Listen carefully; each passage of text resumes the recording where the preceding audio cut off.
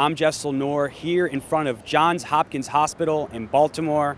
It's the top hospital in the nation, but for the past several months, the lowest paid workers here and hospital management have been locked in a contract negotiation. A deal was reached at 2 a.m. last night. It still needs to be ratified by the workers, represented by 1199 SEIU. But was this deal in the best interest of all the workers here? You are the architects. You are the architects of the change that needs to happen in this country. They told us on the first day, $15, you'll never see it. We see it. It's there. They told us no, that the contract took their breath away. Well, they're still breathing. During the campaign, the union highlighted the fact that Hopkins pays, quote, poverty wages, defined as an hourly wage below $14.91 for a single parent for many of its workers. Food service worker Michelle Horton is one of them. $11.35 an hour after 9 years. It's difficult being a single mother with 3 children, so my income is the only income, and I make do the best way I can with what I have. Like many other workers we've interviewed during the contract negotiations, Horton says she makes so little that in fact she cannot afford to include her children on her Hopkins insurance. My children, they receive medical assistance from the government that provides their health care.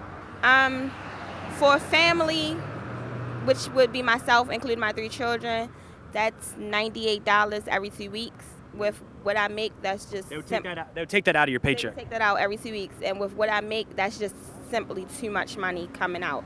Insurance premiums will increase during the length of the tentative contract. In 2015 and 2016, the increase will be 2% and can be no more than 5% annually during the remainder of the contract. Johns Hopkins did not respond for a comment for the story, but previously told us in June they could not afford to pay what the workers were asking for. The hospital had been offering less than the union said it was willing to accept. The union says in May the hospital's offer stood at a 1.75% wage increase a year for 5 years. This tentative contract, which is up for a vote Thursday and Friday, grants all workers a 2% annual raise with a 0.5% bonus in the first year and an additional 0.75% increase in 2017. It also establishes a $15 minimum wage for workers with more than 20 years of experience and a $14.50 hour minimum wage in 2015 for workers with 15 years experience. Additionally, the current starting wage of $10.71 an hour will be increased to $12.60 by the end of the 4.5-year contract. This does fall short of the original union demand of a base pay of $15 an hour. This is SEIU organizer and negotiator Carrietta Hires. The tentative deal wasn't quite what we wanted, but it's so close to what we wanted, because we said 15 by 15 by 15. That was the campaign.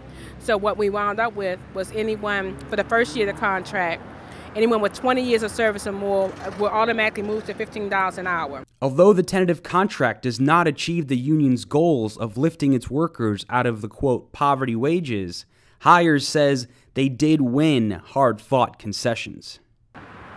We told them at the onset that out of the 2,100 people that we represent here, 1,375 made less than $15 an hour.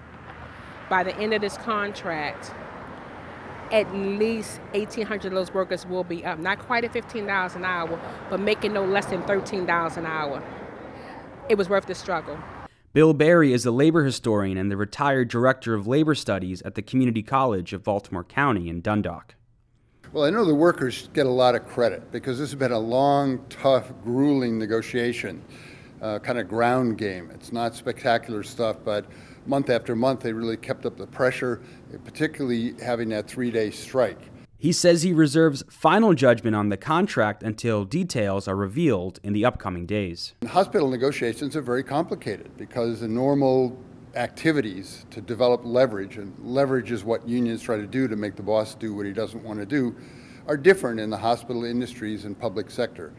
Because the strike looks like you're hurting the patients and jeopardizing health care and things like that. So it's different from striking General Motors or Bethlehem Steel. So the workers get a lot of credit. And I know it's been a long, tough go for them. Berry acknowledges the union faced significant challenges in achieving all of their goals. One of the difficulties in this negotiations is that there is a big gap in wage rates between the highest paid member of the union and the lowest paid member. And the highly skilled people were getting market rates in the $27 to $30 an hour range, and the housekeepers who are much underappreciated in the healthcare. And I think I would say that they're as important as the surgeons, because if the hospital is not clean and sanitary, you'll get sicker from being in the hospital and you're out. And I think there's race issues, there's sex issues, because it's often black women who are doing these jobs, and I think they tend to be very much undervalued. And so I think that it's still not going to be the promised land for many of them. And I think that you look at overall the healthcare system in this country run by the private insurance and Medicare, which is being starved politically, and people like the Hopkins workers at the low end pay the price for that.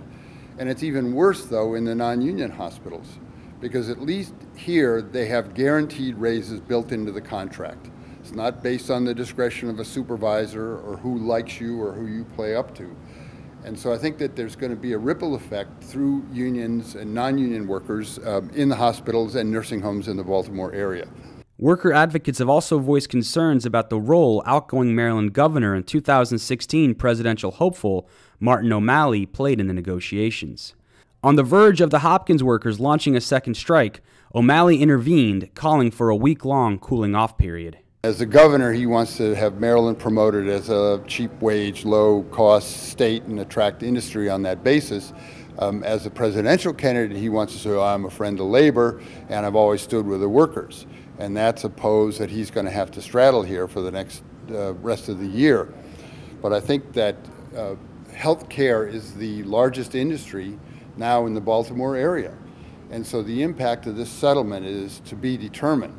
But I can guarantee you this afternoon that if you called any hospital and asked to talk to the administrator or personnel director, they would not be available, because they're sitting there looking at the settlement and thinking, what are the implications for us?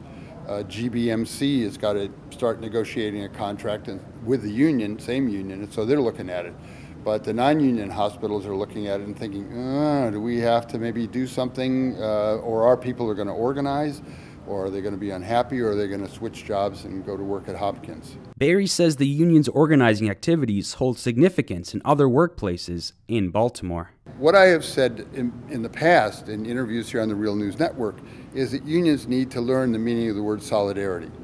That is, the postal workers have a demonstration at Staples. You don't see the hospital workers. The public housing workers are threatened with losing your jobs.